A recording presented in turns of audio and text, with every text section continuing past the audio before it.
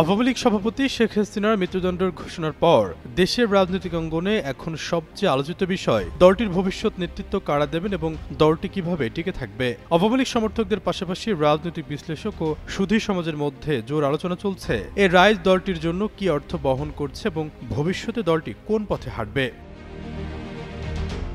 রাজনৈতিক বিশ্লেষকদের মতে শেখ হাসিনার মৃত্যুদণ্ড দেশের বিদ্যমান আইন মেনে হয়েছে। যদিও তিনি ভারতে পলাতক থাকায় রায় কার্যকর হওয়া সহজ হবে না, তবুও তার নেতৃত্বে দলটির রাজনীতি আগের মতো চলার সম্ভাবনা কমে গেছে। অনেকে এটি রাজনৈতিক মৃত্যু বলেও উল্লেখ করছেন। ইন্টারন্যাশনাল ক্রাইসিস গ্রুপ এক বিবৃতিতে জানায়, শেখ হাসিনা বাংলাদেশের রাজনীতিতে ফিরে আসার সম্ভাবনা এখন খুবই কম। তার নেতৃত্বে আওয়ামী লীগের রাজনীতিতে ফেরারও কঠিন হবে বলেও মন্তব্য করেছে সংস্থাটি।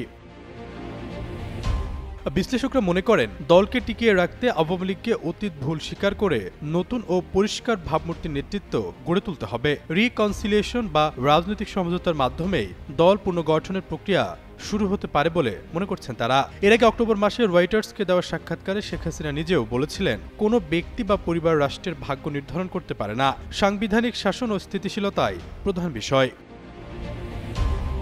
সূত্র জানায়, আওয়ামী লীগের ভবিষ্যৎ নেতৃত্বের আলোচনায় প্রথমেই আসছে সাবেক স্পিকার শিরীন শারমিনের নাম। ২৪-এর ৫ আগস্টের পর তাকে প্রকাশ্যে কোথাও দেখা না গেলেও তিনি সরকারের নজরদারির মধ্যে রয়েছে বলে বিভিন্ন সময় গণমাধ্যমে খবর এসেছে। বিদ্যমান সংবিধান মতে পরবর্তী সরকারের জন্য নির্বাচিত সদস্যদের শপথ পড়াতে তাকে প্রয়োজন পড়তে পারে।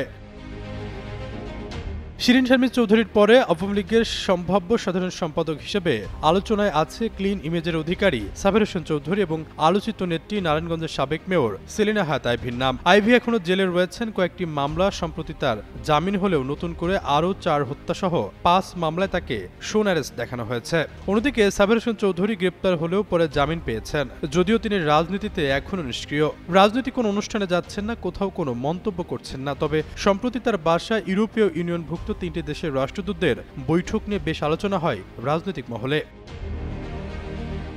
আশরাফুল ইসলাম, যুগান্তর নিউজ।